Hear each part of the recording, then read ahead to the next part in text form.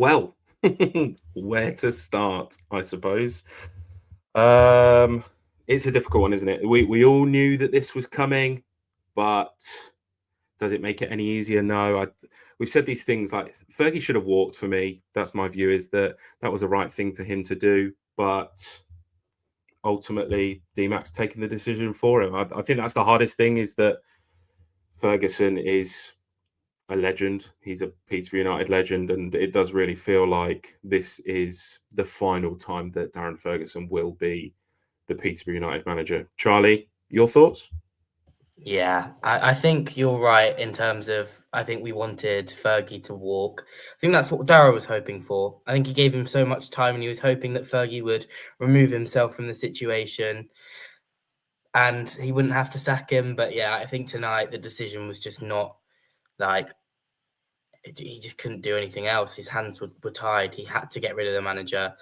We've lost. I mean, today was such a big game. Like it was second bottom versus bottom of the league, and like we had to win. It was at home, and yeah, to come out without a result is just absolutely awful. I mean, I think it will be interesting because I think there are players that there will be more people that will come out of the woodwork now and defend Fergie and be annoyed with the decision than we were expecting. But yeah, it's a sensible decision for me. I just don't think he was going to get the best out of this squad. He's a legend. He's a fantastic manager. Like if any big jobs become available in League One, I would suggest that he would be very well placed to get one. Like I don't think it's a case of his stock as a manager is low. I just think it wasn't working, was it? And he just, yeah, his time unfortunately was up. Yeah, it is sad to see him go in some ways, just because of, he is a club legend, and I think everyone wanted him to do well, but it got to a certain point that we all just knew, didn't we, that he wasn't going to be able to turn this around. And I think, if anything, we've probably left this way too long to make the decision. And I mean, I mentioned it on the pod after the Burton game, didn't I? If we didn't win that, he would have gone, definitely. The performance in that game was atrocious. And whilst I think today, actually, we didn't play too badly, it was always going to be, if he loses, he's gone. And we lost and he's gone. Yeah, I think just before we really crack on, I think that we know that we've got John joining us in probably 10 minutes' time. But if anybody's got any questions, anybody's got any comments that they want to make, please do get them into the chat tonight. It's going to be relatively active. YouTube is probably the easiest place for us to see people's comments. So if you can all head over to YouTube, that would be great for us, as it's easier to follow those and pull those up compared to Twitter. I think, like Lod's mentioned there, though, is that it felt like that second Blackpool goal, it felt like a right gut punch today. It really did sort of feel like any sort of momentum that we'd built up in the first sort of, 20 minutes of the second half just completely, totally sucked out of us. And I do think I agree with Lods, is that actually it wasn't that poor of a performance today. But unfortunately, when you're, 10 points, is it, after 13 games? It's not enough. And yeah, there's plenty of things. This should have happened. This could have happened last season, couldn't it? This is not like it's a new thing. And it's very much like, let's start going through the comments and talking to them. All the way back to the start, we hate Big Bev. Needs a full clean house of coaches, physios, and sports science. None of it's worked. It's probably a great place to start. I think we've seen it today, haven't we? 3 players off injured, was it? We've had Mendy in times gone by on the training pitch injured. Something's clearly not right at the football club, and I think that the people that are doing the work off the pitch, in behind the scenes, are doing a great job, but unfortunately it really just isn't working at all for me. Yeah, that was a point that I sort of thought towards the end of the game today, is that there's a lot of things that are within Fergie's control that are letting him down, like his staff. We were looking at like the set pieces. We just conceded a goal to the second goal today. And Blackpool had a free kick, and we had every man in our box defending the free kick. We were 2-1 down. And you could see Fergie, he was basically on the pitch. He was so angry. He was shouting at Harry Leonard to get back. And you think that's the players obviously choosing to do that. It's not Fergie. You can see that Fergie didn't want that to happen. But you've got to think, like, how do the players not know in that situation where to be? Like, how do they not know? How is that not being communicated to them properly? It probably isn't Darren Ferguson's job on the training pitch to manage the set pieces. It probably is one of his coaches, but we're not just sacking Fergie today, are we? We are sacking that whole regime, all of the coaches, all of the setup that he's done. And like Ashley says, the physiotherapy comes within that. We've had a lot of injuries. How much of that is the training that these guys have put on? How much is that the fitness coach and all of the training sessions that we put on? Is that now going to change? Is the new manager going to come in with their own coaches, their own training plans, and all of a sudden all of that's going to be fixed? It's going to be really interesting to see if Fergie was the problem, his coaches was the problem, or the problem is literally just Posh. Well, yeah, the thing is, because obviously Rooster came in the summer, he was very much a Fergie coach. Kieran Scarf, he's, Fergie's best mate. And the reason he's sort of in a coaching job, because he was an academy director, the reason he's now in a coaching job was because Fergie wanted him by his side. I think, there's going to have to be a massive restructuring, I think. You look at even like the physio department, like, Melts has come back in. He was very much loved by Fergie. Like there are so many people that Darren Ferguson has put in place effectively at the club, and I think, yeah, there's going to be a mass exodus, or there's going to be somebody who comes in, a manager who can't bring their own staff with them, because like even Fergie specifically hired the goalkeeper coach like this summer. So he's done recruitment as recent as this summer, Rooster and the goalkeeper coach. So yeah, I think the backroom staff is going to be messy. I'm going to be honest. I think it'll be really interesting to see. I assume we'll find out in the next days who's staying, who's going. My gut instinct says that Rooster will go, and that I think maybe Scarfy will go back to doing a role within the academy or something. And that if we get a coach in, they'll bring an assistant and maybe one other coach. But yeah, I don't know. There's a lot more to a sacking of a manager than just the manager leaving. There's a whole background thing that we haven't even really spoken about. Yeah, Chaz, this is probably a question best suited for you because, look, I'm going to be totally honest. I watch Posh. I don't keep a great deal up of what's going on elsewhere, but I'm just going through the comments. I'm going to pull some up. Michael Carrick, is that feasible? He's probably on way too much money, I would imagine. Obviously, the other obvious ones, Russell Martin. Is that another option? Who is there? This is the question I want to ask you. You've championed for Steve Evans. Do you think that he is now the right man after that performance today and after 16 games of the season? Is that still where you're at? 100%. I said it on Countdown to Kickoff Thursday night this week. He is my number one target. First of all, let's stop being silly. Russell Martin, yes, okay, he didn't do well at Rangers, but he's not going to drop down to League One, to a side at the bottom of League One. That's just not going to happen. Yeah, thank you, Levi. I assume you're talking about so Russell Martin's not going to happen. Michael Carrick's not going to happen because Michael Carrick is just a massive manager. Like, he is so much bigger than us at the moment in terms of where his stock is. Even people mentioning Des Buckingham, I think he's out of our range as well, completely out of our range. Like, there's clubs in the Championship that will be after him. We've got to be realistic. This is not a good job right now. That we have to be realistic about who will apply. Like, you can say Gary Monk, someone's just mentioned. Like, come on. I think this is going to rattle me the most tonight is some of these managerial shouts, because some people, they just don't understand what's going on. Like John, and people that mentioned John Terry and Jermaine Defoe, I think was mentioned the other night to come in as manager.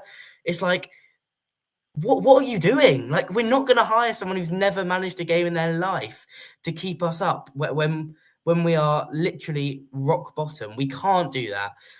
there's only one man for me, and it's Steve Evans, and he'll come in with his own. Is it Rayner? Is it Paul Rayner? Is it his assistant, the barky little guy who sort of stands at the front of the technical area? We're not going to get the managers that's been mentioned. I think one of the most realistic shouts I saw was Dean Brennan, the Barnet manager. I saw that and I thought Dara talks about him very well. David Artell is a great shout, the Grimsby manager. That's another one. These are realistic. Brennan, Artell, the Bromley manager. What's his name? Woodman, is it? These are the types of managers that we're going to be targeting. We're not getting Michael Carrick. We're not getting Russell Martin. Jack, you can tell me to shut up because I'm a nerd all you like, but you are deluded if you think we're getting these kind of managers. There is no chance.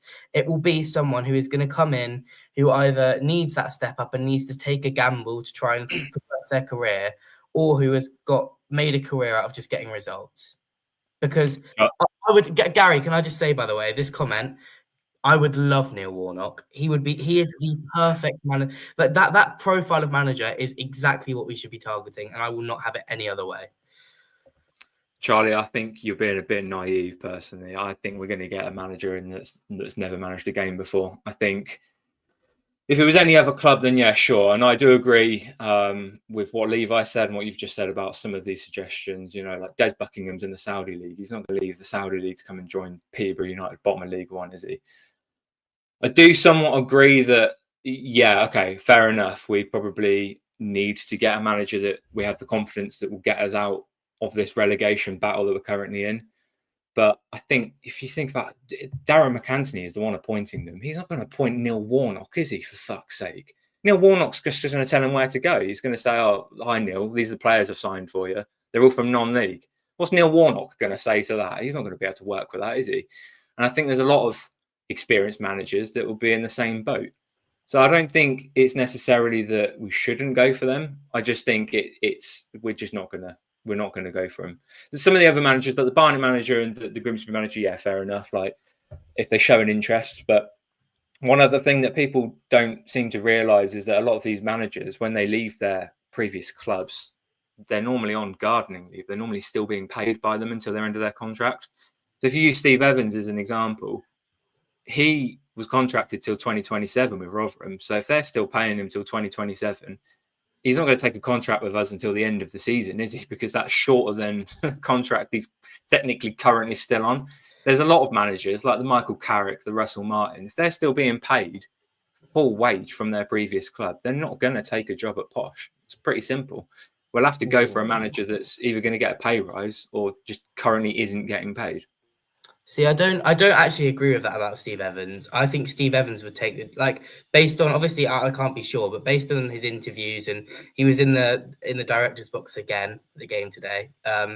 Based on things like that, I think he would love to take this job, and that he would. Like, I genuinely think, and this is another thing, I genuinely think Steve Evans really wants another go at managing this football club. I think he has a genuine affection for the club. He genuinely likes what we do. He's connected to the city, and like I do genuinely believe that it's not with selfish reasons. He actually wants to manage this club, and that's another thing that makes me like it as an appointment. And I really don't see maybe I'm underestimating him, but I really do not see Dara going down the route of getting in a manager now that's never managed. End of the season, I think. Yeah, next season, I think it will be a manager who is a younger manager, a project manager. But until then, like I really don't see it. I just think Dara has often praised teams for being pragmatic when it comes to their manager appointment. You know, when teams get in a manager who's experienced, let's say they're a team on the brink of the playoffs, so then they get in a manager who has got teams in the playoffs loads of times till the end of the season, or they're a team that are on the brink of relegation. They get in a serial relegation dodger in. Dara's praised that on his podcast quite a lot, and I can't see him completely turning against that and choosing a different route. I really just I don't see it. Right. I think we've got serial rage ready to join us. I'm going to bring him straight in. No point messing around. John, you've probably not been watching because you've been busy doing whatever you've been doing. We've discussed potential replacements. We've discussed Fergie and how he is a Peterborough United legend. The floor is yours. I'm going to switch you into your regular place because it's annoying me. The floor's yours. Yeah, so sorry for my lateness. I just ordered an Indian takeaway and then they forgot my madras. So an awful day has been capped off by them leaving my order off my Indian takeaway. So I've just had some korma sauce and some rice just to really rile me up before this Poshcast. To be honest, it was the only decision that made sense for me. I think Fergie's been here a couple of weeks too long, if I'm perfectly honest.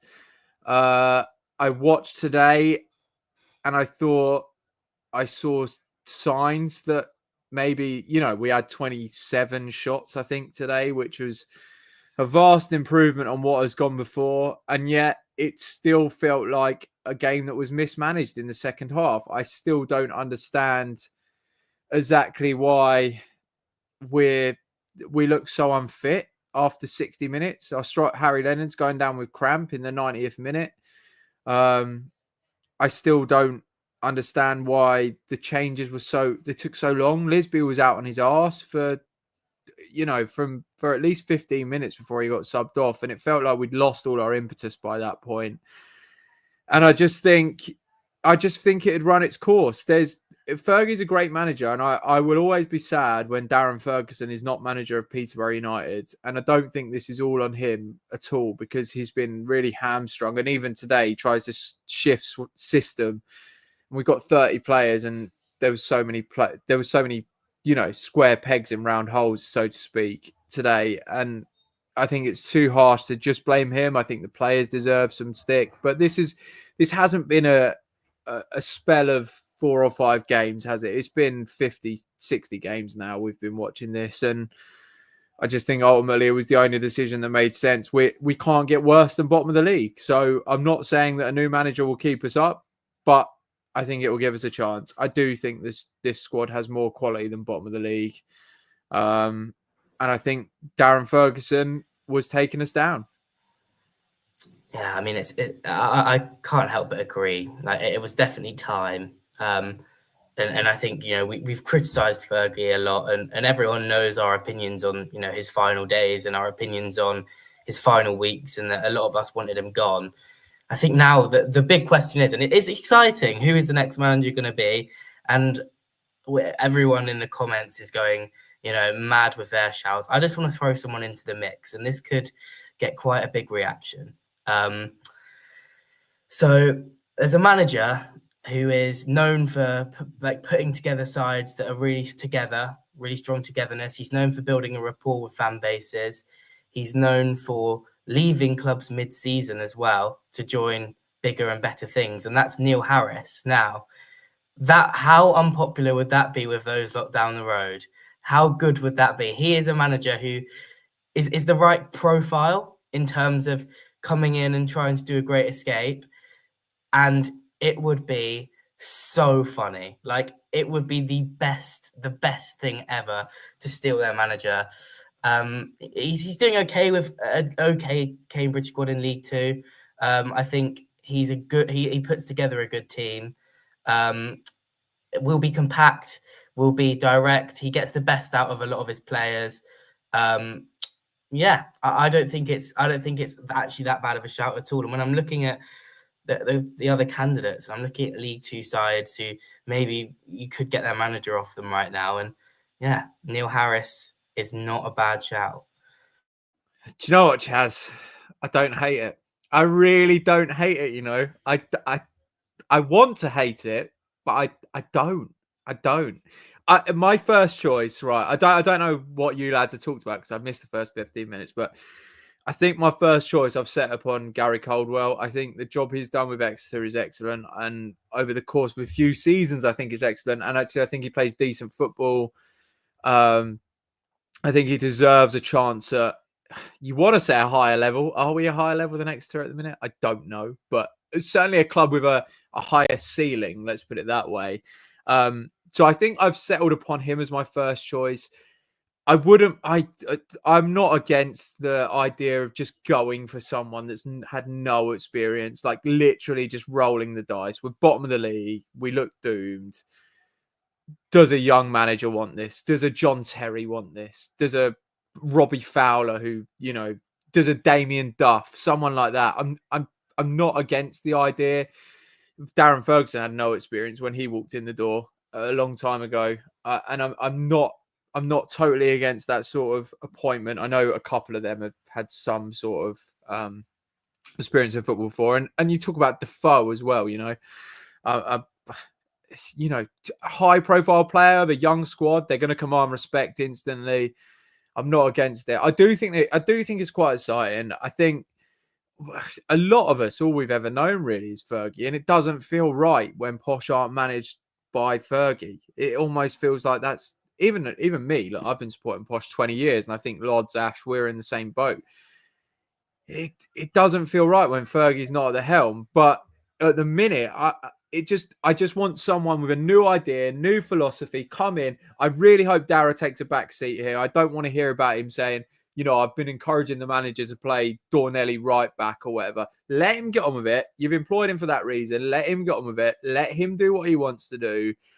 And if let's just give him the end of the season. Whatever happens now, it can't be any worse. That we're gambling from a position of such weakness that our cards are on the table. We are going all in, but we've got nothing left. You know, I just think we might as well take the gamble now and hope we strike lucky with a Chris Davis or a John Mousinho or someone like that, and hope we don't end up with I don't know, Paolo Di Canio or someone like that. Yeah, I think that's where I land as well, John. In terms of names, I haven't got one because I think we should literally put the vacancy out, see who applies, and see who can impress Darragh in an interview process like the good old days, rather than going by what they've done for their previous clubs, because every club's different, and Posh is so much more different to all the other clubs out there. Yeah, okay, someone might have done a good job at a club in League Two, but it doesn't mean they're going to do well at Posh and working for Darragh. You want someone to say, this is my plan. I know about all the players. I've done my research. These are the games I think we're going to win. This is how I'm going to play. That's what a manager needs to do at the interview stage. And I think we should probably just let the process happen. We've got next week, the FA Cup. Just write that off. Let's just expect that we're going to lose that, maybe with Scarfy in charge, and then get someone in the following week and see what they can do. And like you say, John, it can't really get much worse than it currently is. And I think Darragh, going back to what I said earlier about the inexperienced manager, I think Darragh's got plenty of examples he can use to follow suit, because Birmingham won the league last season with a completely inexperienced manager. Cardiff is sitting top this season with a completely inexperienced manager. You've got Stevenage of Alex Ravel. He's doing a good job. He's had a good start. He's completely inexperienced.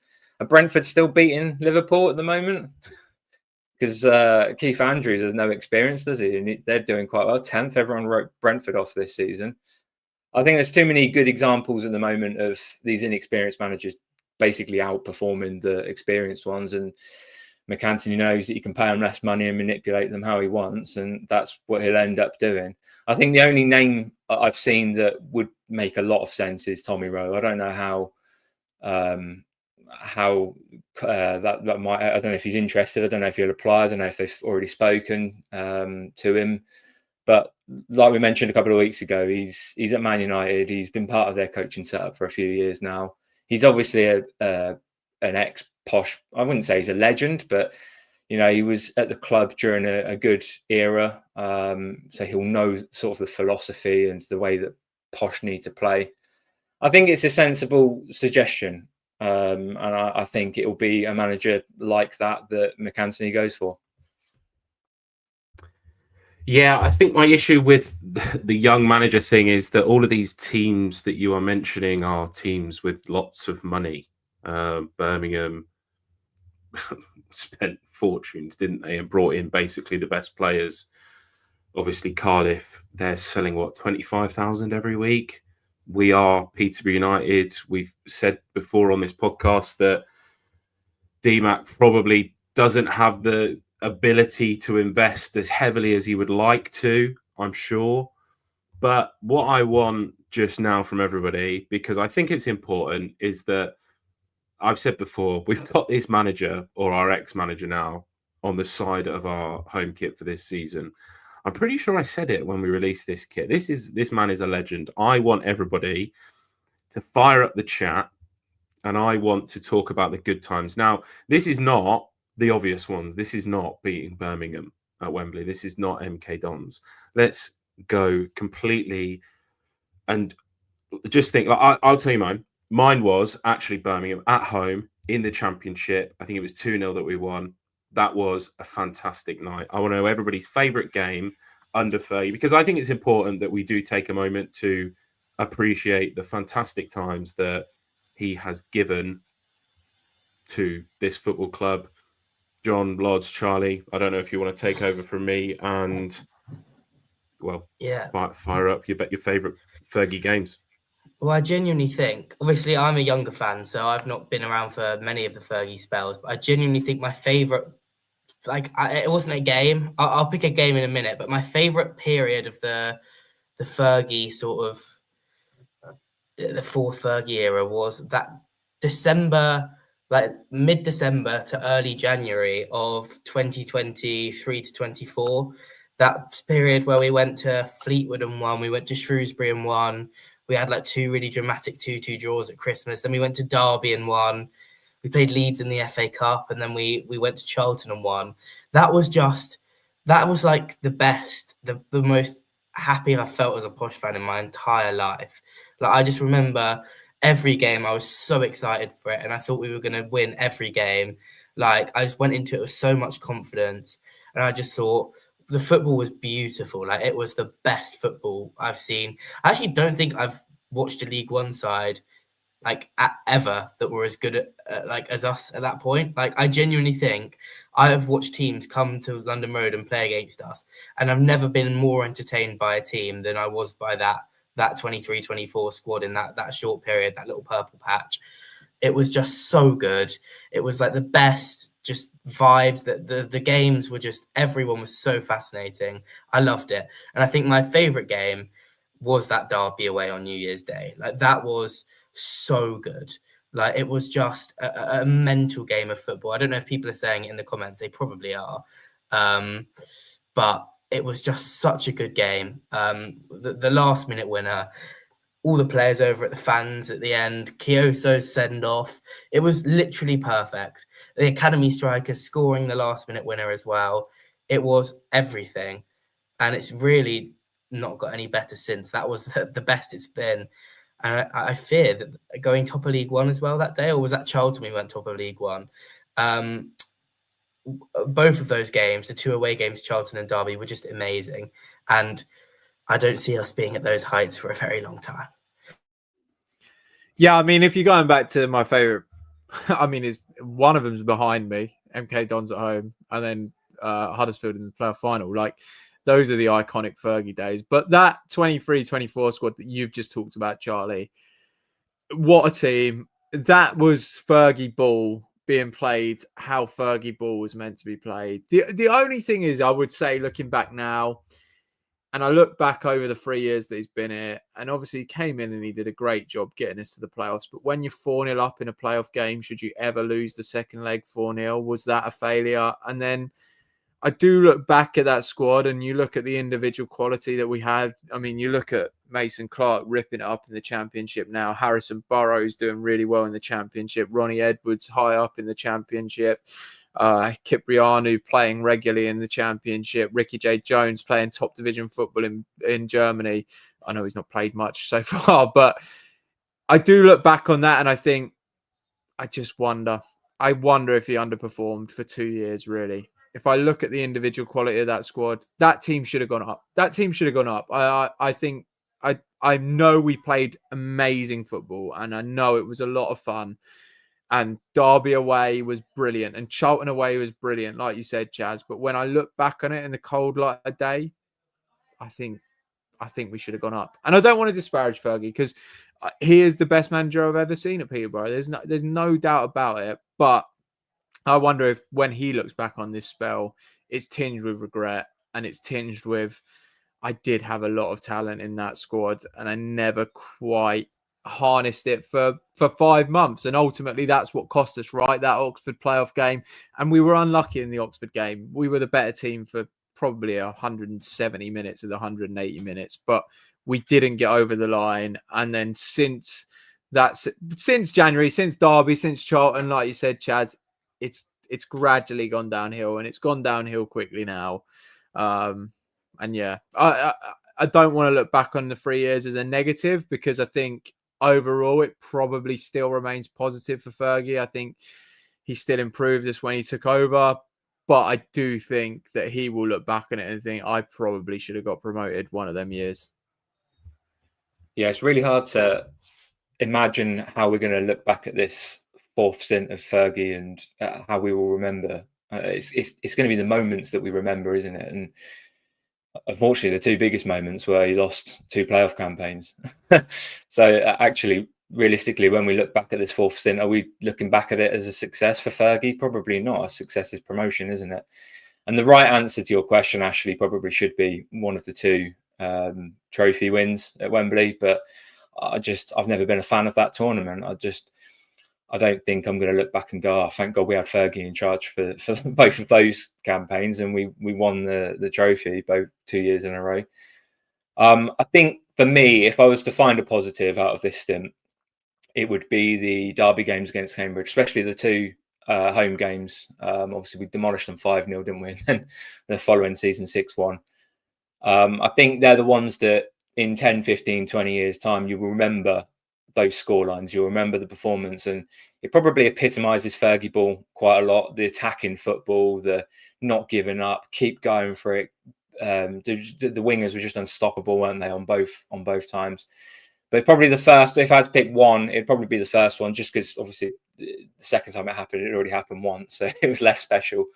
But Fergie was just, he seemed so pumped for it. I don't know if you remember, he did the fist pump thing at the end, which is just so out of character for Fergie. I think it's the only time I remember him ever coming over to the fans and doing the fist pumps. And we were actually discussing, he hasn't been over to the fans once this season, I don't think, to applaud them.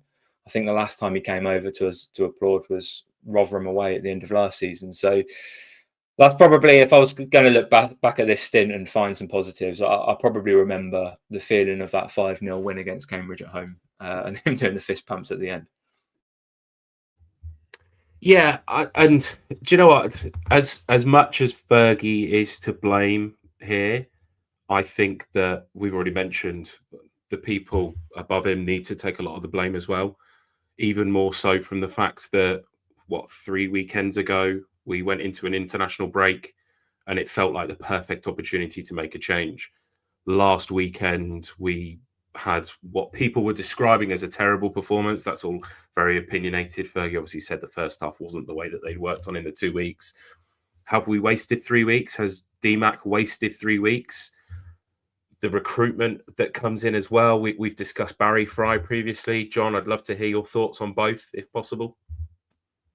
Yeah, I think, look, I don't need to tell Darren to be upset. I think Darren's probably feeling quite upset tonight, but I do think he is massively to blame for this, if I'm being perfectly honest. I look at the squad today, and look, the system worked better today, right? We went to a 4-2-3-1, and it worked better today. But the amount of square pegs and round holes we had today, Garbutt playing right wing, Morgan playing as a number 10, we had Tom O'Connor at left back. It's not ideal, is it? And we've got a 30-man squad. I know we've got a couple of injuries, but you've built a 30-man squad, and we can play one formation where it looks cohesive, or at least you've got players playing in their proper positions. We're bringing Gustav Lindgren on as a number 10. And I don't know, man. It just feels like the club's thinking is so muddled. We came into this season saying we're recruiting for a 4-3-3. Then the deadline day week, we recruit for a 3-5-2. And now we're back at 4-2-3-1, which is what we had last season, which we didn't recruit for because we wanted to shift the system. And it just came full circle. I think Darrow's recruitment since, let's face it, since 2 January, was it 2 Januaries ago? Since that Derby game when we should have signed Peter Chioso. If he had pulled 250k out his back pocket and signed Peter Chioso, we would have won the league. He didn't. He stood firm. He said, I'm not paying that money. And we didn't go up. And since then, it has been dire. There's no other way to look at it. I don't want to hear Dara come on the hard truth and say, you know, I've got a top 6 squad. You haven't got a top 6 squad here. You haven't produced one of the best squads you've ever had, which I believe was another claim that he made. You have not done that. You have had terrible player after terrible player after terrible player. And I agree. The last knockings of the transfer window, when you managed to bring in Matt Garbutt, when you managed to bring in Harry Leonard, when you managed to bring in Jimmy J. Morgan, you saved it to an extent. It's a better squad now than it was 18 months ago. But let's not pretend the recruitment has been anything better than rank bad, because it has been. Look back to the other signings that we've made. George Nevitt is the best signing that we made from the season before, really. And he was poor last season. And even now, he's not like top class. We've wasted so much money on Valin, Lindgren, Oddo. That's £1 million gone. Carl Johnston, that's over £1 million I've just named in those 4 players. And we're still wasting it. A Kagwe. We need to have a look intrinsically as well. You might have sacked Fergie and you might have got rid of, and this sounds harsh, but I do think he became a problem. But you need to look root and branch. You need to look root and branch and really deeply into this, because you cannot tell yourself that you are blameless in this and it's all on the manager. This is definitely an issue. And the next manager that comes in, and I've said it earlier, needs to be trusted. You are hiring on the basis that he's a football man.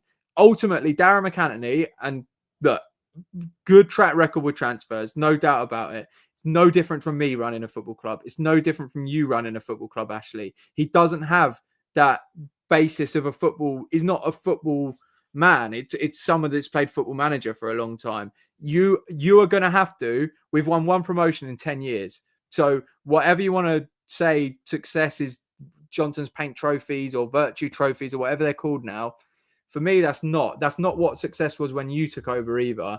It was getting to the Premier League. We need to have a long, hard look at that. You need to think, is this the way forward? Or do I get a proper recruitment team, proper data, proper scouting network, a proper manager that's allowed to do his thing, a proper, I'm not ringing him up after every game, telling him play Dornelli at right wing back and Carl Johnston at right centre back. If you're not happy with those decisions, fire them, because you need to trust the football people to do the football work, and you're going to have to just finance it and stay in the background to an extent. And I think that's the way forward for Posh. It's not working. This isn't working. Whatever we're doing isn't working. And I do think we need to look at that as well, as Fergie, to be honest. Yeah, and I go back to when we did when we had our retained list released for the end of last season, and all of those players who are now not part of it. And if I think back to, and I implore everybody to go and watch the DMAC live that we did in the summer. It was myself, Harry, and Max was on, I think it was. And I asked, I think it was the first question that I asked. They said, what will it take for Dara to sack Fergie? And he basically said, well, it's not going to happen. Why are we being so negative? We're going to be fine. But to me, it was clear then that we weren't going to be fine. And John, you've just reeled off a list of these players that have potentially saved us. But yes, we're probably 4 wins in 7 or 8 games, is it now? But Garber got injured today. Jimmy J. Morgan's got injured today. And they were 2 of the bright sparks. They're now potentially going to be gone for 2 or 3 weeks. And you think about the next man that comes in, well, he's without potentially 2 of his 5 or 6 best players. The only hope is that Frith is going to come back in the future, or Hughes will be back soon, and they're going to hopefully improve us. Somebody like Tom Lees, I think, has done a good job. I know, John, you mentioned Kagwe there. I actually thought he was really good today, and for somebody to have stepped up and come in compared to how he was previously, I'm referencing here, is that actually he had a positive impact from somebody that's not played loads of games and loads of football. I think that he had a positive game. So hopefully he's somebody that can continue to progress, but it's a difficult one. You then talk about the players that didn't get a chance and that we shipped out. Con Clark, Brad. Are those people, obviously Brad's now injured, so he's not going to have a chance of playing for the new manager. Are they going to then be on the new manager's thing? And and I talk about Con Clark again, and John, you mentioned when you were live on Thursday, not going down a rabbit hole, but Con Clark was promised to be made a millionaire by Barry Fry. Why do we have an 80-year-old, 82 or whatever it is, doing a job that is full of youngsters? That's not the way of the world. You can call it wokeisms or whatever, but agents that are 25, 30, 35 years old don't want to hear from people like Barry Fry. The pool doesn't work anymore. I was there at the Ali McCoist night last night, and Barry Fry was the first person that Ali McCoist mentioned. Now, that's fantastic, but how old is Ali McCoist? Ali McCoist isn't a manager. He's not an agent, and he's not a player anymore.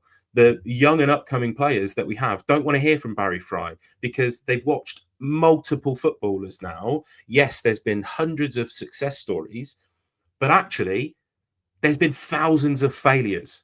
And unfortunately, over the last 24 months, there's been more failures than there has success. And it's literally, it feels like top to bottom, everything football related just needs a complete clear out, because everybody that's off the pitch and in the back offices does a fantastic job.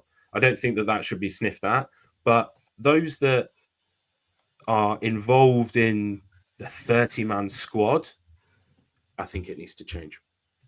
Yeah, I completely agree with that, Ash. And it goes back to what people were saying about the physios. You know, didn't we give them all new contracts like at some point last season or the end of the season before? I think Darren said he gave them all new contracts with pay rises and stuff. I think that the Barry Fry thing, it's a tough one, isn't it? Because a lot of people, some people hate Barry Fry, but a lot of people, especially to do with Posh, really treasure Barry Fry and really like him. And they think, you know, he's got a real charm, that he sort of is Peterborough United in many ways. Like his spirit is what I think all Posh fans want to be. He always seems cheerful. You know, he loves Wembley and stuff like that. It's all very charming, isn't it, with Barry Fry? And I think, but we've fallen into the trap of I don't think footballers care about that sort of charm anymore. First of all, how many footballers, like Barry Fry was a decently big name in football maybe 20 years ago. How many people, like 19-year-olds, reckon know who Barry Fry is? Other than like Posh fans or people that have, like, how many actually do you think know who Barry Fry is? That's the first thing.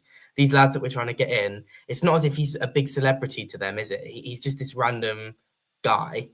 And second of all, you always hear young footballers in their first interview at the club talk about the way that the project was presented to them and the way that their role within the project was presented to them. And it's all about the word project now. And certain people in the comments will be like, oh, woke, you know, the game's gone. But that's true. That's the way the game works.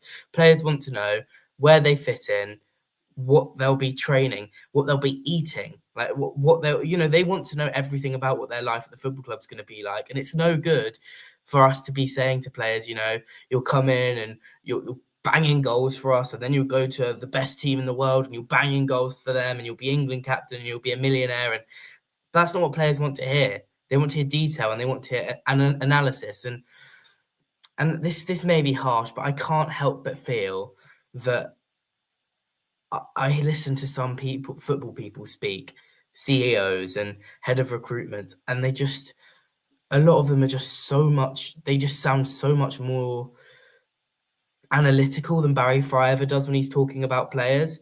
You know, they talk about profiles and they talk about, well, we wanted to recruit this because of balance. And I don't think we've ever heard, in like the limited interviews he's done, I don't think we've ever really heard Barry Fry talk in that way. Like the football people, the language of football people is not the language that Barry Fry uses. The language that Barry Fry uses is the language that people on the terrace use, which is great. And he's a very charming figure, and he should always have a place at the club, I think, in some sort of ambassadorial, is that the word? Role. But as the director of football, I think his days are numbered. And I think Fergie will go upstairs at some point in his career. It's always been intimated, and like, I know this is not the time, but he would be great at Barry Fry's role. I think he has a great talent ID. He's talks well. He presents well to the players. Even if maybe the Barry Fry and the recruitment team don't, he presents well to the players. Yeah, I just think it's time to talk about Barry Fry. And while we love him, and a lot of people love him, and he's great, he's not cut out for it anymore, I don't think. I'm not sure what Barry Fry actually does. Like, I know his role is director of football, and I know what the director of football role is supposed to be, but I don't actually think he does the role, if I'm being completely honest with you. What you were talking there, Charlie, about the plan when the players join and how they fit into the team. We know that Fergie does that. He's spoken before about how he always has a presentation for every player that joins the club, and he always meets their family. So we know for the football side of things, Fergie already does that. And then we know the negotiation side of things isn't going to be Fry because he's not the one with the money. I think that the players are probably just as interested in how much they're going to get paid as they are how they're going to fit into the team. And I think Barry Fry might have the conversation with them about how much they're going to get paid, but I don't think he's the one that decides it. I think McAntony probably just says, "Here you go, Baz, we want to sign this player, ring up their agent and tell him we're going to pay him this amount of money." And that's probably what Ashley was saying. It's probably not the right person to choose in that situation. I think we probably do need to go down the route of hiring a proper director of football that knows how to deal with agents and knows how to negotiate and haggle themselves. Because let's be honest, McAntony isn't a football person. He shouldn't be involved with anything to do with football. He shouldn't be involved with how much footballers get paid and what their bonuses are. And he shouldn't be talking to agents. He's the owner. He's the chairman. He has the final say in things. He runs the club. But the actual football side of things, I think him being that person and making the decisions is harming us. And going back to how we started this conversation, the recruitment, it falls to him, unfortunately. He's the reason why the recruitment's so bad, because he's made too many decisions and he's not a footballing person, and he hasn't got a modern footballing person to air his thoughts out to give their opinion, because everyone around him even knows nothing about football either, or like in Barry Fry's case, is just simply past it now. Well, yeah, to sort of probably wrap up on the recruitment, I wanted to pull up this comment for everybody to see. John, you've mentioned it before, haven't you? The recruitment, especially deadline day, we didn't really improve the squad. We replaced and changed, and it's sort of left us where we were today, I think, in that we don't have... We've got one formation. We can only play it until we've got these players back fit. Do you think that is right? It doesn't. It's a massive squad, but it doesn't feel like we've got any variation to it. John, that was for you. Yeah, I do think it improved the squad. I have to say, I do think what we did there, if you look at player for player, we had O'Brien. I keep bringing up these sort of players, but we had O'Brien, Brady in the starting lineup for a lot of that. We brought in Matty Garbutt in that week. We brought in Jimmy J. Morgan instead of Lindgren. We brought in Harry Leonard instead of who even else was playing up front at that time. Can anyone remember? I can't remember. Lolos. We definitely improved what we had on offer. Tom O'Connor is arguably our best centre-back at the minute. Does anyone disagree with me saying that Tom O'Connor's our best centre-half, and he came in on deadline day? I do think the players that we signed that week, if we didn't sign them, the new manager would have no chance, because I just don't think Lindgren, let's talk Lindgren, he comes on today and... Right, let's talk about this decision today as well. But we might as well. I'm a little bit off on a tangent here, but Lindgren comes on today in the number 10 role when Lolos is sat on the bench, who hasn't played as number 10. What's Fergie thinking there, by the way? But anyway, Lindgren comes on, miscontrols it about 4 times, and then that's it. That's his full involvement in the game. But I do think we upgraded on some areas of the pitch. So I do think there is now a reason to believe that we're not the 24th worst squad in League One, and I genuinely believe that if we didn't do the business that we did towards the end of that transfer window, we were doomed. I don't think we'd have 3 wins by now. We would have lost to Plymouth, we would have lost to Burton, we probably would have lost to Wickham as well. I genuinely believe that. So I'm not sure I'm on board with that, but I do think that even within the fact that we brought in more players and better players, we've recruited for one system that I'm not convinced the new manager is going to want to play 3-5-2. Yeah, and do you know what? I think Mark Cordington has probably posed the perfect question. Are we any more confident? It's probably a good time to go back to the names and who people would have to replace, because that's the next step, isn't it? Is that whether that manager can get this team ticking and get us, we're 5 points adrift now, is it? Charlie, do you want to fire up some ideas? Yeah, I mean, I've been researching while we've been talking about other stuff. First of all, I'd just like to preface this by saying I actually think this is maybe Darrow's most important appointment in terms of his time at the club, maybe in terms of like he just has to get it right. I've got a couple of options. I can't quite get on board with the whole managers that have never managed like a game in the Football League before. I can't do it. Or at least I haven't coached at a very high level. So I've got three names. Starting off with, I've gone the Cowleys. Now they are they're managers who are obviously had a lot of success at Lincoln. Colchester have been on and off. They're one of those that they're not the best. I'm not going to lie to you. It would be decently short term, I think. But one thing that they're very well known for is getting teams together that go on runs, like crazy runs, where they'll just like steamroll teams for like 10 games in a row.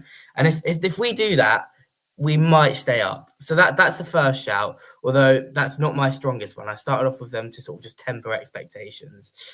My second one is Neil Critchley. Now, he's a manager that has managed Blackpool at the level, supposedly had Fergie's number. Now, if you can't beat them, join them. We've always spoken about how Fergie, like notoriously, was terrible against Neil Critchley teams. Maybe the antidote to Fergie's terrible football is, and the fact that he couldn't get this team going, is to bring in a manager that would have beaten that team every single day of the week. I don't know. And then the last one's a bit of a rogue shout, but it's Steve Holland. Now, he was Southgate's assistant at England. His career is very interesting. So he was a manager in the Football League for Crewe. Then he went into managing at Chelsea. He's a caddy manager at Stoke. Then he was assistant manager at Chelsea. And then obviously he was, for a very long time, for 8 years, Southgate's number one assistant at England. And then last season, which I don't think anyone knows about, he was, actually this year, he had 15 games managing a team in the Japanese First Division, which is a bit of a rogue. And he is he has got coaching caliber, Steve Holland. Like, he is a name that I think a lot of people know. People that have been in the England setup will know like who he is. Like, players that have played for England youth at any level will know who Steve Holland is. He's plays 4-4-2 apparently, which with this group of players isn't terrible because we need a manager who's going to be willing to play two up front. And I think it's not a terrible shout. I was just looking at random managers who are like available, and there are some weird names. Like, you know, Exeter's Gia Hagen is a manager now, apparently, according to Transfermarkt. But Steve Holland is a name that I look at and I think maybe, because he's 55, so he'll be looking for that breakout job. I assume I know he went to Japan, but I assume he'll want to work in England.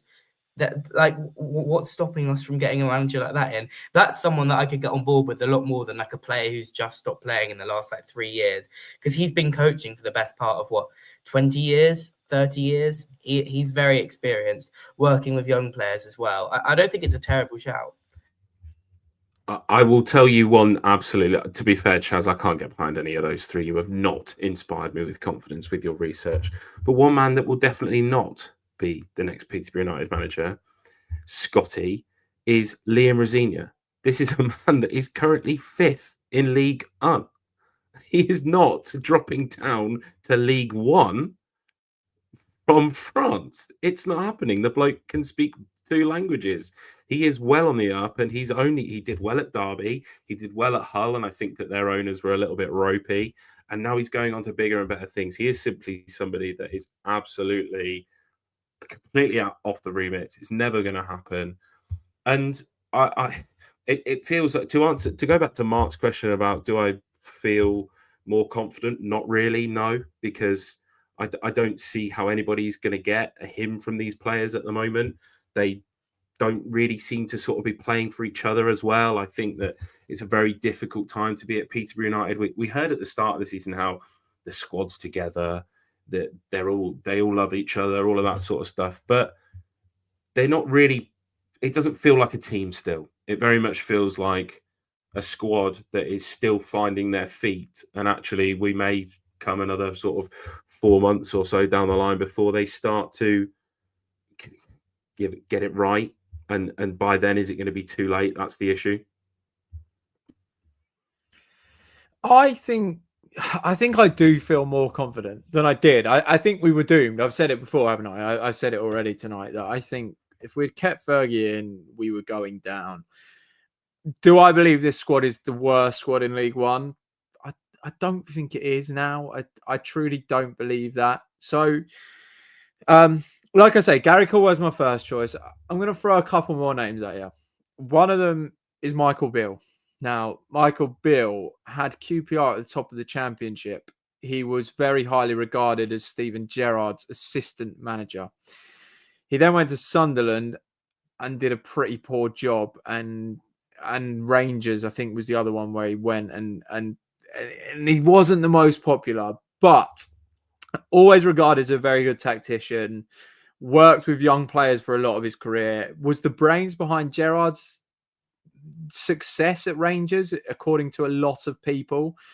Bit unfashionable now, and I realise he is unfashionable, so I'm not fully invested in him, but I do think he's worth a look at. The other one I like, Dean Brennan at Barnet. Got Barnet out of the National League, doing well in League Two, scored a decent amount of goals, has always done well almost throughout his career in non-league. Again, not managed in League One. I realise it's a step up. Maybe a little bit rough and ready around the edges. If you listen to him talk, he's not necessarily one of the new breed of football managers, like XG philosophy and all this. But do think he speaks sense when I listen to him talk, and I do think he's had a degree of success throughout his career.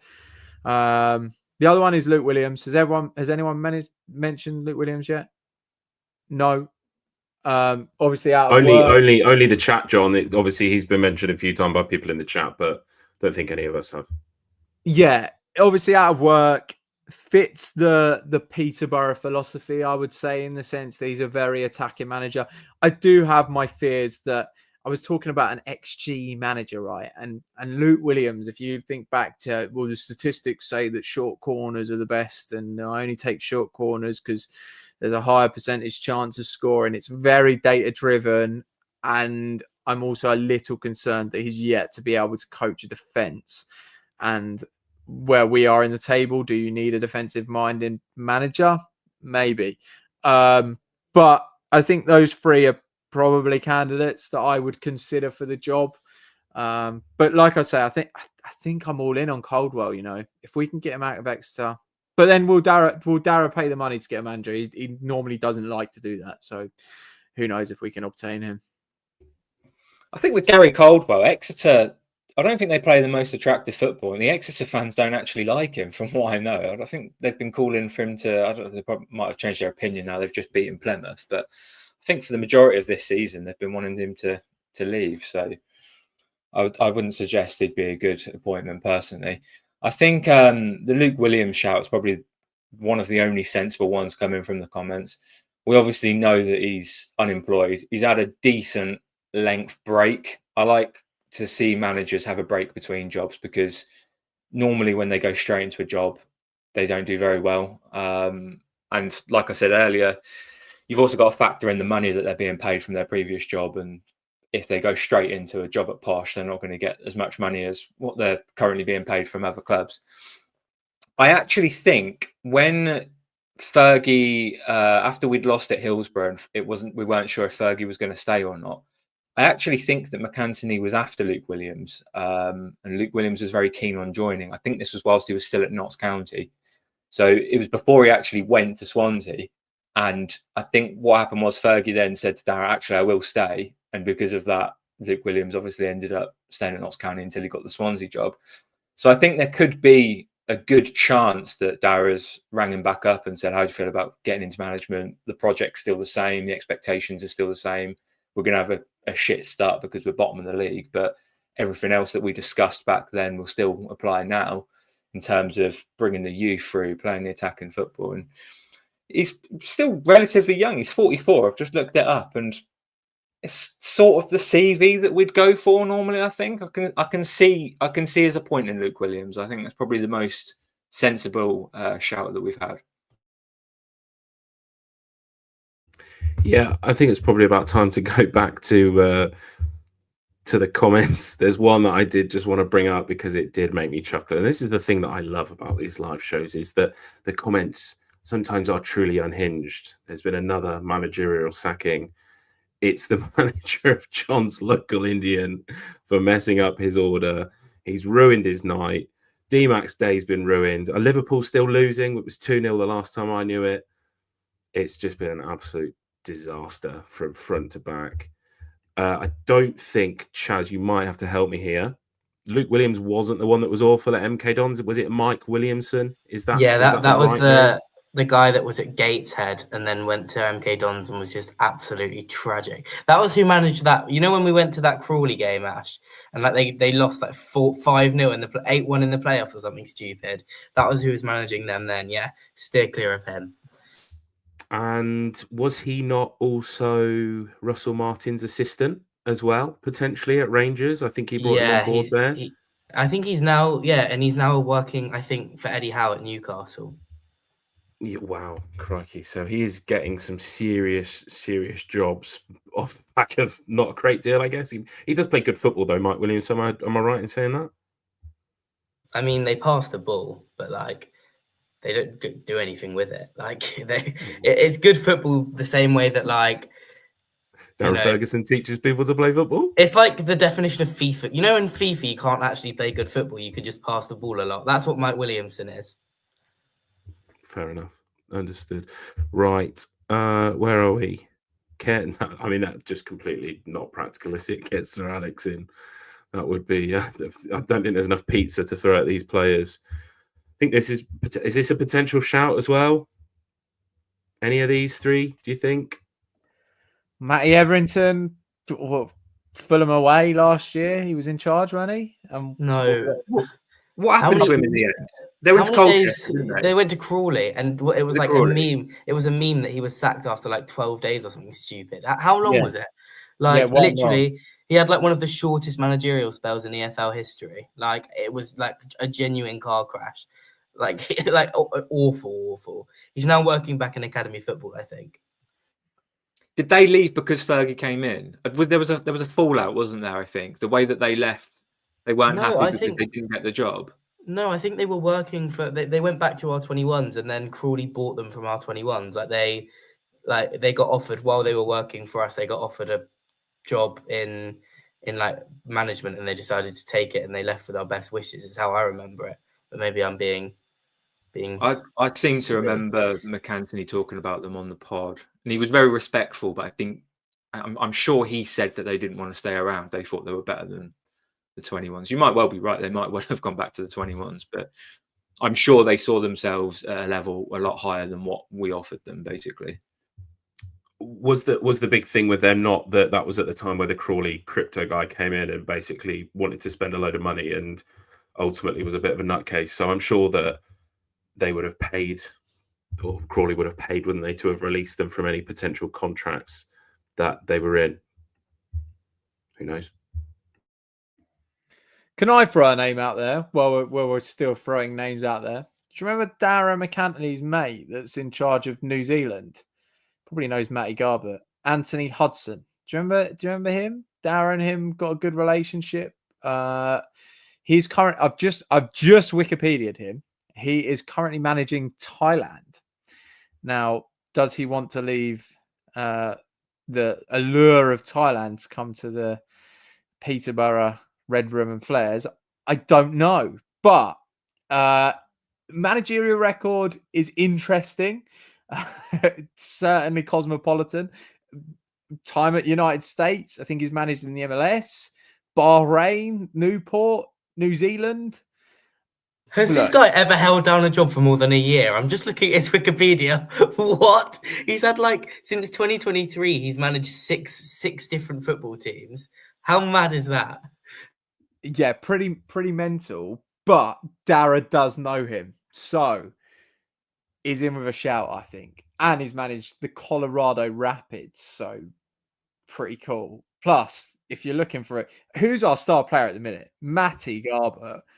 New Zealand's international manager of old, comes in, gets him to the World Cup, boom, Peterborough stay up, and we're all wearing those flags. You remember when I was going to go for the New Zealand fern flag? Maybe I'll get my order in one. Is he even from New Zealand? I don't even know. Whilst we're talking about other names, and you've mentioned McAntony's mates, one suggestion, I have seen a few people throw this name out there, and it's not one that I personally go for, but I think Robbie Savage is somebody that might be spoken about, purely because, well, he's managed 2 teams, hasn't he? Macclesfield, which he appointed himself, but he's done a good job, and then he's now doing a good job at Forest Green. McAntony, it's the sort of thing that McAntony would go on his pod and say, "Oh, you tell me where Robbie Savage has managed and not done a good job." You can just hear the line already. And we know that they're mates. We know that, McAntony's going to get his own way with Robbie Savage. Robbie Savage isn't going to fight back. He's just going to let McAntony tell him what to do. I think I wouldn't, like I said, I wouldn't go for it. I don't think it will happen, but I do think he's a legitimate contender that we should probably discuss.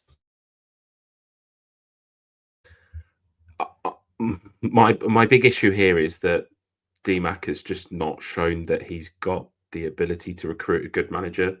John, you put the comment in the group, didn't you, from the podcast about Frank Lampard, that he said he wouldn't be giving him a job, and oh my goodness, Frank Lampard was good at Derby. I don't think he got them to the playoff final, didn't he? If he'd have played Jack Marriott in the final, they'd have probably got promoted. I think that the Chelsea one, he was destined to fail. And now he's at Coventry and they are flying, something like 15 goals ahead of the nearest competitor that they've got, top of the league as well. I think that this is where Dara probably needs to take some advice, but I don't know where that advice comes from, if I'm going to be completely honest. I know that's an easy throwaway comment to make. Probably the person that you should ask the advice from is Darren Ferguson. Maybe you need to, and this is where we're at, wasn't it? Is that we're probably all hoping that we could get to the end of the season, we would survive in League One, and Fergie could step up into a board role and an advisory role to help bridge that gap between DMAC and a new coach. Let's call him a coach, because I don't think, and that's probably another thing as well, is that Fergie was our manager. I think that the next person that comes in is going to be a coach potentially, rather than a manager. Ultimately, yeah, I just hope has anyone seen that Notts County now have they don't have a manager, they have a board that discusses their team selection, and they have board meetings before the game. I just hope we don't end up in a situation like that. I think we should keep it traditional in terms of having a manager. What I would say, Chaz, stop, hang on a minute. I've got a great idea. If DMAC wants it and he wants a board, there's an Up The Poshcast board. Oh, we know what we're talking about. Put the 6 of us. You think we could run the club? 7 of us in place, and we'll run it. We'll get it right. Odo on the transfer list. Get him on the list. I was going to say it's a long day for Odo and Gustav. We'll have to take votes as well. Like each host gets a sub, and you can make it. You've got to agree when you make them, type thing. There's your board. It'd be carnage.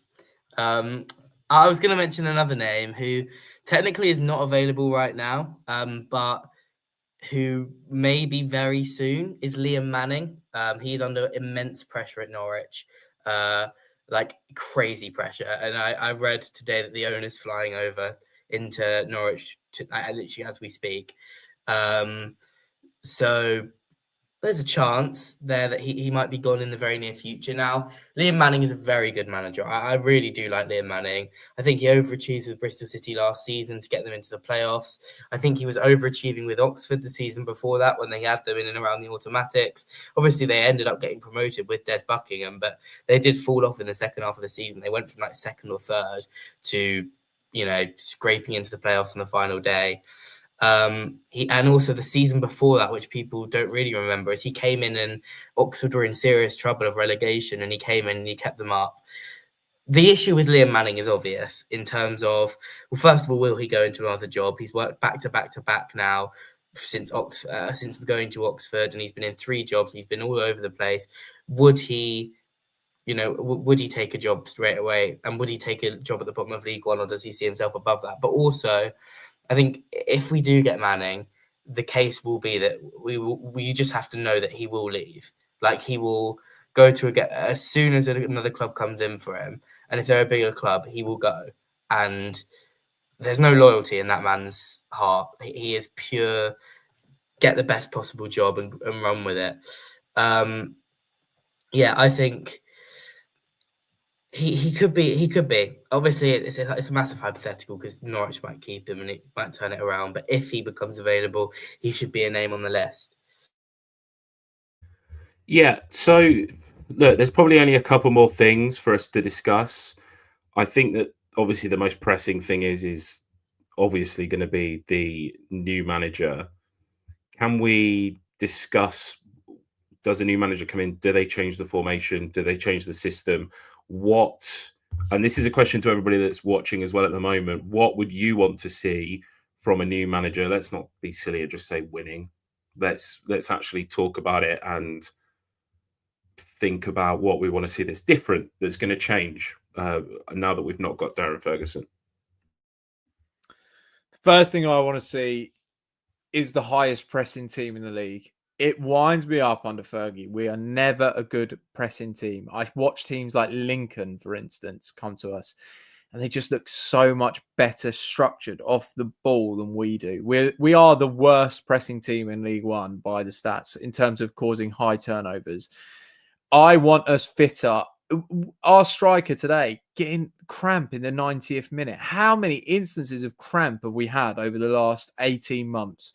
Why is our team not fit? Why is our team look, I don't care if you're not, I do care, but I don't care if there's an excuse for not having enough quality on the pitch, right?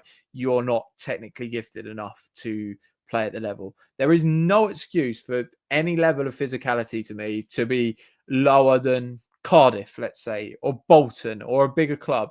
Why can't we be the same level of physicality as them? We should. And Blackpool today, let's not forget today that I think they had 14 fit senior players.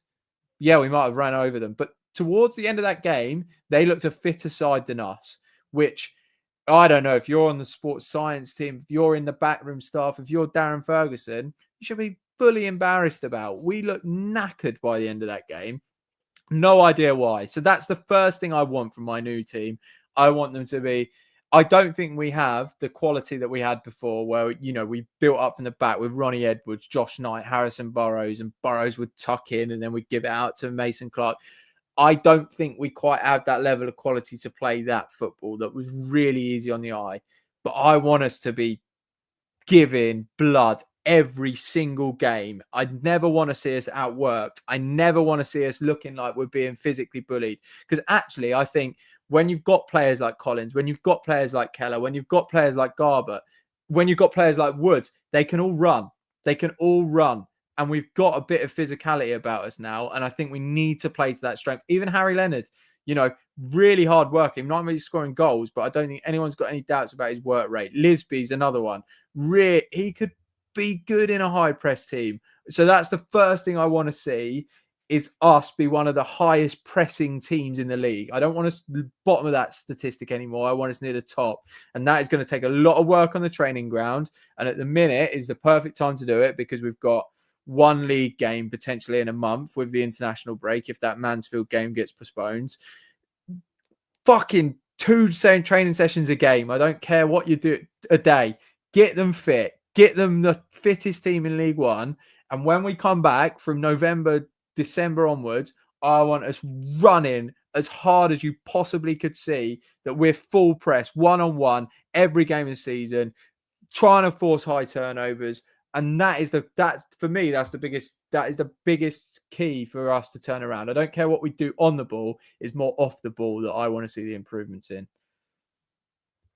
Yeah, I'm with you on that, John. I think defensively become compact. A team that I'd love to become a team. I miss counter-attacking football. Like, we've always been a counter-attacking team. I'd love to see just an ability to transition from defense to attack quicker. That would be great. I'd like to see players, our best players, being given, like, it being more obvious who our best players are. A good manager, I think, uses the tools that he has and would give a very prominent role. This is why I think Steve Evans is one I like, because he gives a very prominent role to players that are much better than the others. Like Matt Garbutt in a Steve Evans team would be absolutely running the show. Like he would just be everything would just be going through him. And Fergie has always sort of treated all of his players equally. I'd like to see a manager pick our best 3 or 4 players, and they're the ones that get the ball the most. But also, I'd just like to see a manager who is going to galvanize the fans a bit. I'd like to see a manager who really cares about the atmosphere and who, you know, when there are, like, one of the things that always annoyed me with Fergie is Phil would ask him sometimes at the end of interviews, you know, we had 1,600 fans here today. What a great turnout. And like that, Fergie's answer would always be, well, yeah, they're watching really good football and they're enjoying what they're watching.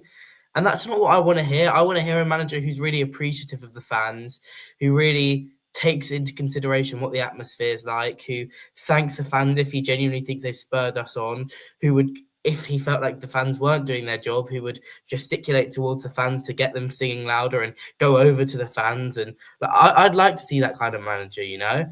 And that's why, that's what a lot of experienced managers, especially when they're in a relegation battle, that's what they do. So yeah, that's what I want. I want passion, and I want a more of a spotlight put on our best players. Yeah, do you know, for me, I think it's very much back to basics. We had 27 shots today, and I actually didn't think it felt like we were going to score. The one from Garbutt sort of was another good hit. He seems to like that area of the pitch. We as Posh seem to like that. Well, obviously, Archie Collins scored from a similar position last week at Burton. Is that it feels like we're missing balls in the box and high quality balls into the box as well. Like and just like causing chaos. Whenever you feel an opposition ball come into our box, it very much puts me like on edge of my seat and I think, oh, we could concede here. When I watched the ball going into, and there was countless times today as well where the ball came into the box and it was Lisby or Jimmy J Morgan, and then it just sort of summed to nothing, and we didn't do anything with it. And I don't know whether that's a confidence thing, and maybe that's what I want to see from a new manager, is just really sparking confidence into this squad. Because like you said, Chaz, there about Fergie, is Fergie going to be the one that was putting confidence into these players? Because numerous times over the last month, he said that he's got nothing to prove. If he's got nothing to prove to the fans, then is he going to be demanding the best from the players on the training pitch? Clearly not, because he spent those 2 weeks and they didn't go and do it for 45 minutes, did they? It's a difficult one in the sense of, is an under-21 manager a young manager? Are they going to come in and demand the best? And this is a difficult one. This is the one that I think I'll struggle with. Is you've got lots of experienced players. Are they going to respect a coach that's a similar age to them potentially, or a couple of years older than them? Is there? This is very rogue. Is there a chance that somebody like Tom Lees will step up for a couple of games whilst DMAC sort of pulls it in? And because he's clearly done a good job coaching the defence and helping Akagwe and Nevitt and growing them. Is he somebody that wants to take up that role? Is he somebody that would excel in that position? Is he like, what does he demand of his defenders? Like, obviously he was sold short and sent off. What does he demand of the team and the expectations of the team? And you think about, I go all the way back to Burton, and it's not that far back, is it? We were celebrating a 1-0 win at Burton, and we've got Lisby fist pumping in away end. We've got Archie Collins fist pumping in away end, and we've got Peter Kioso fist pumping in away end. Worth nothing now, because we've just gone and lost. And as I said when we recorded last week, 3 points last weekend's mean nothing if we don't go and get 3 points this weekend. And that is sort of where we've finished up with Fergie now not being here. Yeah, the game last week is like the complete polar opposite of the game we played today, isn't it? In the sense that we ended last week thinking we were the worst team but managed to scrape a win. This week feels like the opposite, where we were the better team but still managed to lose. And I said last week that I was Fergie out based on the performance, not the scoreline. And had we put in that performance and lost last week, I probably still would have been Fergie in. But that's just the way football goes, isn't it? We lost the game. And interesting you mentioned about Tom Lees there, actually, because I think Tom Lees actually might be a casualty, because I think that he was very much a Fergie signing, and I don't get the impression that McAntony actually wanted him. I think he's the only signing that we made this summer that McAntony didn't personally announce himself on his own Twitter. I mean, that says a lot in itself, doesn't it? And there was the whole thing about, I think he failed his medical, didn't he? And they still managed to put it through. And then even then, he's on a contract that doesn't have an end on it. It's just like a short-term contract. I think we could very much quite easily rip up that contract. Now Fergie's gone, I don't think McAntony's going to stand for it. And I think when you talk about a young manager coming in that's a similar age to these experienced players we have in the squad, these experienced players we have in the squad, I don't think are McAntony signings either. I think he's only signed them to keep Fergie happy. So actually, he probably couldn't give two hoots if they're not happy. If anything, I would suggest that him giving them a reason to want to leave is probably going to do him a favour, because he'll want to get them off the wage bill, start again fresh with a completely young squad like he tried to do at the start of last season. But this time, rather than Darren Ferguson take on that challenge, it will just be someone completely brand new. Yeah, I think you're right. I'm still like, it just feels like we've had weeks to prepare for this, and it feels like it's just still a surprise, if that makes sense. And I think that the one thing that we probably haven't done in great detail is actually talk about today. So I think that we will do that. I think that that's probably the discussion point. And then if the comments come in and they want to go back to talking about Fergie, or they want to go back to talking about the new manager, we can do that. Before we get on to that, thank you to Howard Moon 1234 for his super chat, £1.99. Thanks for all the effort you put in, guys. Look, I'm going to be honest with you. We've said it before. I love doing this. We'd had this planned. Like the minute we discussed this weeks ago, Fergie gets sacked, we go live as quickly as we can. And it was within the hour that we were ready to go. We were prepared, and we enjoy doing it. We enjoy putting out content for everybody. A special thank you as well to obviously Elite Lawn Maintenance. I have not got my script to tell you all about them, but we know that they are dealing within the 30-mile radius of Peterborough. If you reference them, and I've spoken to Dan about this tonight, he is very happy. This is a great episode to be the partner for. Let's just put it that way. So, John, talk to us about today. Yeah, I mean, if I didn't have all that went before this, the 50 games, I think if you took the game in isolation, you'd probably say wasn't that bad a performance. A little bit unlucky to lose. First half, I thought we were the better team until Nevitt got injured, and that disrupted our momentum a little bit. And it sort of took us 15 minutes to recover from that. And they obviously scored within that period. I then thought we responded really, really well to the goal. And actually, the draw was sort of like the least we deserved at the time we went in at half time. I thought if the half had gone on probably for another 5 minutes, we probably would have scored again. I thought we were a little bit slow out the blocks towards the second half. And then we got a foothold in the match again to about the 65th minute. And then I just thought we looked knackered. And Fergie I just thought it was horrendously managed, that second half. I've talked about it a little bit throughout this sort of podcast. But firstly, I thought the team tired. And I thought the fact that we had more senior players on the bench probably meant that we should have turned to the bench a little bit earlier. I then found bringing Lindgren on as a number 10, really weird. If you're going to use him up front. He's not a number 10 when you've got a number 10 on the bench in Lolos. Like, if you're bringing Lindgren on over him, what was the point in signing Clyde Lolos? Because you're bringing in a player that doesn't play that position over someone that does. The bench was weak. I granted the bench was very weak, but I mean, bringing Odo onto the pitch at any stage of a game, how many times are we going to try it, and how many times is it going to fail? And he was abject yet again, like just lazy and just rubbish.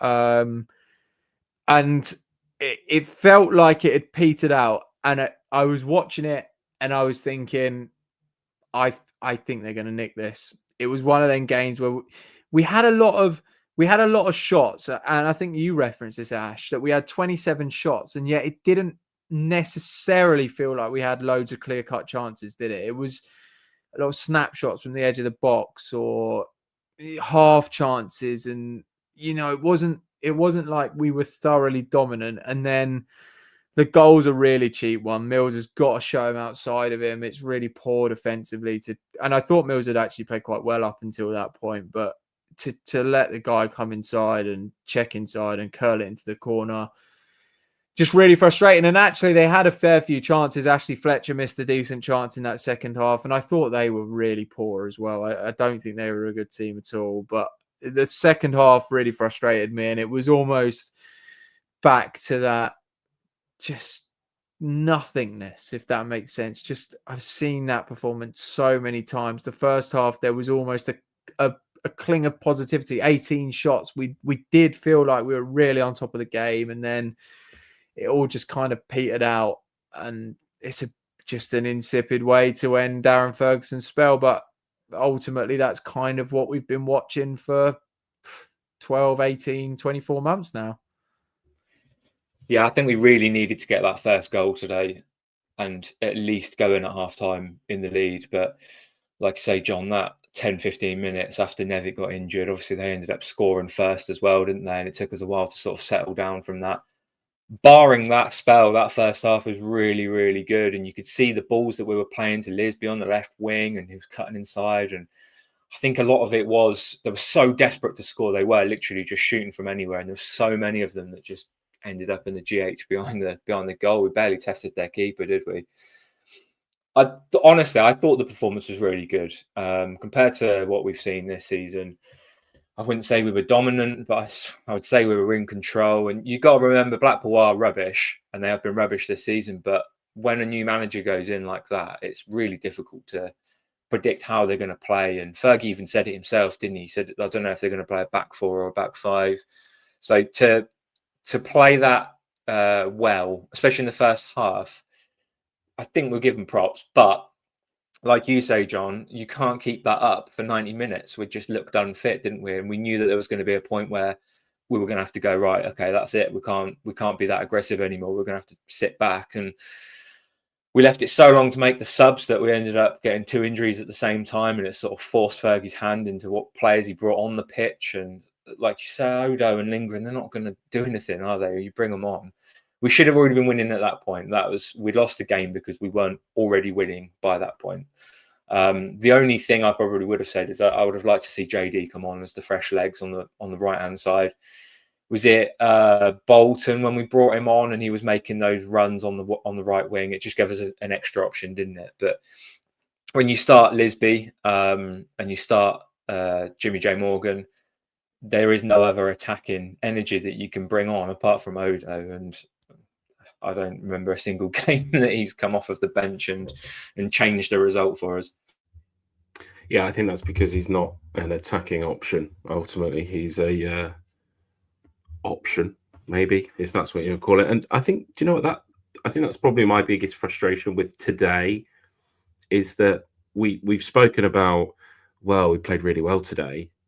We've got nothing for it. Well, you give me 25 Burton 1-0s or 25 Blackpool winning 2-1s, I know what I'm going to choose. And is that the way that we need to go going forwards? Is just be ugly, like just sit up and work a system and play a system and stop worrying about triangles and diagonal passes? Does it just need to be basic? Because like you said, Lods, is that it did look very good today, but nothing came from it. And as we've said time and time again, results-based business, we didn't get the result today. Blackpool, as bad as they were, they've done us. And Fergie did say, like you said again, Lods, is that he did say, well, we're only focused on ourselves this week because we don't know what Blackpool are going to do. But then it didn't really feel like a great deal had changed in the sense of, well, yes, there was a change of system, but actually it's still the same players, isn't it? Ultimately, that are coming onto the pitch and not convincing. And I'm afraid, and I think that PUFC for life has summed it up in that could it have got any worse for this man today, putting the ball in the back of his net? I don't think so. It's just one of those, isn't it? When it's not going for you, it doesn't go for you, and he just could not get his feet sorted out after a good save from Alex Bass. Yeah, I mean, football games are won and lost in moments, aren't they? And we spoke about it last week with the Archie Collins goal coming out of absolutely nothing, and we ended up winning the game because of it. If PK sorted his feet out, we might have won today. If Archie Collins wasn't given a stupid yellow card by the ref, he would have brought down the man that crossed it in for their second goal today, and they wouldn't have even got anywhere near our goal. Tom O'Connor bringing the ball out, he's decided to make a stupid diagonal pass to the right wing, and it got intercepted, and all of a sudden we're short at the back. Like, you got to think, like, sliding doors moments. Had none of these things happened, Fergie probably still be in the job, and we wouldn't be live right now talking about him being sacked. But there we are, we have it. Hopefully we can build on the player performance. I think, I don't know about you guys, but I feel like this squad is capable. The question you asked earlier of, do we feel confident that things are going to get better? Yeah, I think there's a lot of good players in this squad that probably need to learn how to play together, and maybe there is a new system that we need to play. Maybe Declan Frith coming back from injury will help us. Maybe Sam Hughes' leadership on the pitch will help us.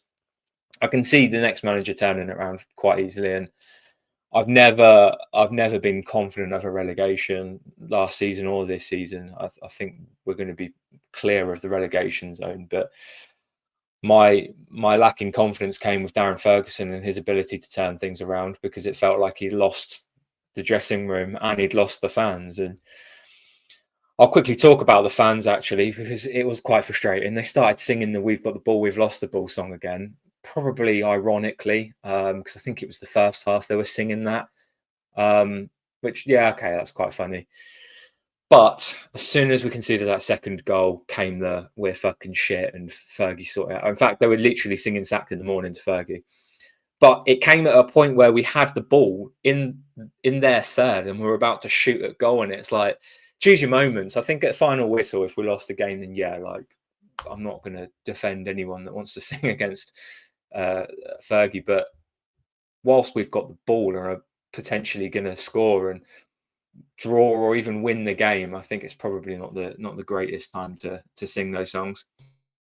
Yeah, I think timing is everything with football fans and the chanting and all that. I just wanted to go back to what you said about this being a really capable squad, and I agree with you on that, Lots. Like, this is not a terrible group of players. Like, the squad we had for the first 5 games of the season, that was a terrible group of players. Like, when we lost to Cardiff and Luton and Barnsley, and we drew with Bradford, that was because that was just a terrible team. But that's not what we've got anymore. Like, we've got really capable footballers in this squad. Like, Harry Leonard, very capable footballer. Jimmy J. Morgan, very capable footballer. Lisby looks raw, but like he's maybe got something. Then you look at the midfield. Keller, a capable footballer. Ben Woods, capable. Archie Collins, supposedly a very good League One footballer. Garbett is great. And then you look at the back, Tom O'Connor, again, another good footballer. I don't want to just keep saying good footballer over and over again, but you see what I'm getting at. This is not a terrible squad. And I think that's why, like, Fergie, I think if Fergie would have got a free pass from me all season if we hadn't made the signings we made in the last 2 weeks of the transfer window. Like, genuinely, if we hadn't brought in the players we brought in on deadline day, and if we hadn't brought it back Kioso and all them lot, I would never have been able to criticize Fergie if we were losing games over and over again this season, because I would have just thought, well, who would win games with this squad? Nobody. But I think the frustrating thing is, and it has been in recent weeks, that there are lots of managers that would win a lot of games with this squad. And while I don't agree with Darren that maybe it's a top 6 squad, it's definitely not. But it's a top 12 squad, I think, in the league. Like, it's definitely not as bad as some of the other squads that we've played against. Like, even Blackpool's squad today, I didn't look at it and think, well, they are streets above us in terms of quality. I think that's a frustrating thing, isn't it? Because, yeah, today's game was just another time where this group of players who are actually pretty decent individually, they just couldn't click. And whose job is it to make them click? Unfortunately, well, it's not his job anymore. Well, I think we're nearly there, so I'm just going to run through a couple more comments. Gary, thank you for your kind words. It's much appreciated. We are all fingers and all toes crossed at the chance of winning an FCA. We really do hope that we've done enough. Unfortunately, voting's now closed, so we can't push that anymore. But we will find out on the 20th of November at Elland Road whether we are successful or not. Probably the next question to ask everybody is who takes charge of the Cardiff game, assuming that it's too soon. Well, it's a week away, isn't it? It's too soon to sort of, do we get somebody in by Thursday, let's say? But then, let's say that we've not got a manager. Who's going to take charge of the game next week? Well, first of all, I actually do really hope we have a manager by Cardiff. Like, I think this should be a relatively quick process. We don't have time to dilly-dally here. And I think also, like, there's no way Fergie's not been looking at candidates for the last, month. Like, he will have known. Not Fergie, Dara, sorry, it's late at night. Dara's not been looking at candidates for the last month. He'll know the list of people that he wants, and he could just knock off, like he does in the transfer window, knock off targets, and then when we get down to whoever the managerial equivalent of Abraham Oddo is, they'll come in before Cardiff. But I think if they are in place, let's say they take the team on Thursday, they get announced on Wednesday night, and they train with the team on Thursday, I think they need to be in the dugout for the FA Cup game on Saturday, even if they've literally had one session with the team, just because they need to realize what the problems are of this team. And you only really realize those when you're, I guess, in the changing room, or you're at a game and you're at pitch level and you realize that they just have no idea what they're doing. And that literally, the only way a manager is going to be able to grasp that is by going and standing in that dugout and going into that dugout and shouting an instruction to a player, and then watch the player not do it. And that will be the real reality check where they realize what kind of squad they're managing. And I think we've got 2 weeks now until the next the next league game. Realistically, does anyone actually care about the Cardiff game in the FA Cup? If we win, great. But if we get knocked out, I don't care. I'd much rather a manager come in, force the players to play his system straight away in that game, having never played it before, so they find out things about it. Maybe we lose 2 or 3-0, but they can use it as a training exercise, and then they have footage to watch back. I would literally use it for that. But I think the manager has to come in ASAP. Because 2 weeks, if he could get a week and a half on the training pitch before Wimbledon, which is a massive game, by the way, it would be very, very good, I think. I think I'm with you on that, Charlie. I think we probably won't hear anything tonight, but I imagine there's going to be a lot of journalists working hard to try and find out any information they possibly can, because you're right, let's be honest, Darren McCanty has had conversations with potential candidates already, hasn't he? He might not have made his decision, but I think he should know where he's at. Now he's made the decision with Fergie, and he probably knew where he was about to go maybe 3 or 4 weeks ago, just in case this happened. So it'll be interesting to see if we wake up tomorrow morning and we start to see rumblings of certain names coming out, because then we'll know then, won't we, who it's going to be. And I do agree, getting them in ASAP and getting them in for the Cardiff game. And as much as we probably say we don't care about the result, and if we get knocked out, so be it, I think we have a good chance of beating Cardiff. They're obviously focusing on the league. How can they prepare against a manager that doesn't exist yet? There is a strong chance, if we think that this squad's capable and the new manager comes in and can have 3 or 4 training sessions with them, there is every chance that we could prepare ourselves for a win against Cardiff. So I wouldn't even write that off completely. We do like a cup run. It's good for us financially. We can get a feel-good game, can't we? If we get to the 3rd round and get a nice big Premier League team, it's the feel-good factor will soon be back at Posh. So I wouldn't rule it out completely, but I do agree we should get them in ASAP. If not, I think the only option we've got is Scarfy, isn't it? Because he was around when McCann was here. He wasn't a Fergie appointment, so you'd imagine that his job's safe, and he's probably going to be the only one that we can rely on to take the dugout temporarily if we need to. I don't think there's any excuse for not having a manager in place in time for the Cardiff game. I think this has been coming for a long time. And even if you were Fergie in, it's not like this was out of the blue, right?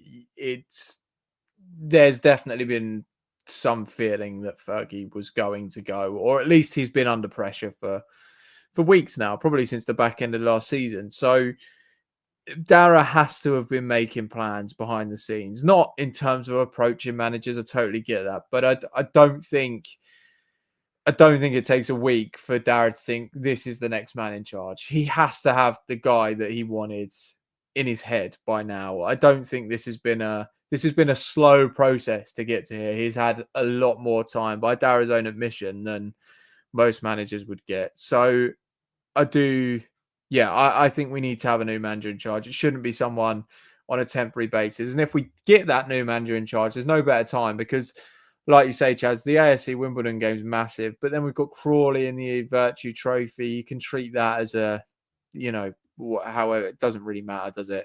Cardiff doesn't really matter. You've then got Mansfield away, which is probably going to get postponed. Stockport away, I think, could be postponed because it's in the international break period. I don't think I'm saying that incorrectly. So it could be that we're playing 2 matches, one match in a month, and then we're playing Stevenage. Look, a month is a long time in football, and a month on the training ground before you play one meaningful match in a month is a really good time for a new manager. So to give them that time to bed the squad in. Before we wrap, I just want to mention my, for those long-term listeners, do you remember the crazy prediction episode where I said, I don't think Fergie gets to the end of September?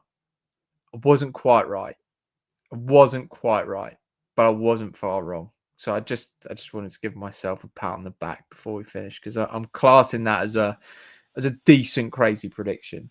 Yeah, or did you predict him to walk though, or did you think he would get sacked? No, I think I just said he wouldn't be mad because Dara was on the pod, wasn't he, saying that we'll fit. I think Ash posed him the question of was 11th to 14th for success, and Dara was like, no, 6th. And I was like, well, that's not happening. So that was the point where I thought, yeah, he could go. Well, John, you've said it. I think we are there. 1 hour 42 down. Again, just to reiterate, I wanted to say a massive thank you to Darren Ferguson for his 5 stints at Posh. Some of the greatest times supporting Peterborough. John, you can make a face, but it definitely was 5 because he came in for a short-term one, and then we then gave him another new contract. It wasn't his short-term one, the third one though. 4, 5. It's 4. It's 4. I'm going 5. Well, you're wrong. So I'm never wrong. Let's not end this on a sour note, Ash. Thank you to everybody that's watched. There's 2,000. There's your 4. 2,400 people have tuned in tonight. So thank you to every single person that has listened to and helped us drown our sorrows. Let's hope that come next Friday, countdown to kickoff, we'll be back. Let's hope that we can be positive. And then by the time that final whistle comes around in 9 days' time for the Cardiff game, let's hope that we're celebrating a Posh win, not another Posh loss. Up the Poshcast. Oh, Up the Poshcast. Thanks, Darren. I miss him.